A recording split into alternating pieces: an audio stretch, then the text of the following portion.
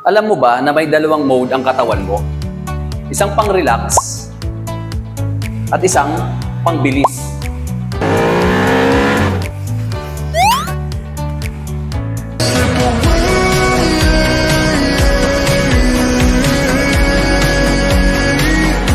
Bago tayo magpatuloy, ako nga pala si Zen, training supervisor ng Mansan Wellness Spa at 15th Avenue Mind and Body Spa.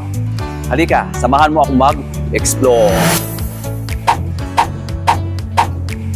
Ano nga ba itong dalawang mode ng katawan na pang-bilis at pang-relax? Yun. Ito ang trabaho ng autonomic nervous system. May dalawang sangay ang autonomic nervous system. Una, ang sympathetic nervous system.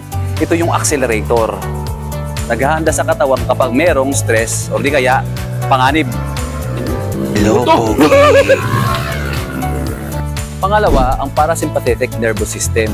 Ito naman yung brake. Pinapakalma ang katawan mo para tulungan kang magpahinga. Para nagmamaneho ka ng sasakyan. Hindi pwedeng puro gas at hindi rin pwedeng puro preno. Kailangan may tamang balanse. Kapag stress mode ang naka-on, chat nyo nga ako. Kapag stress mode ang naka-on, ang dugo ay lumilipat mula sa tiyan papunta sa mga muscles. Kaya minsan, sumasakit ang tiyan nyo kapag kayo'y kinakabahan. Yan. Sikuin nyo nga yung esophagus ko. Sa next episode natin, silipin naman natin yung stress mode.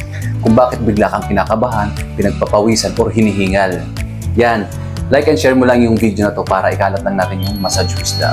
Hanggang sa muli. Then...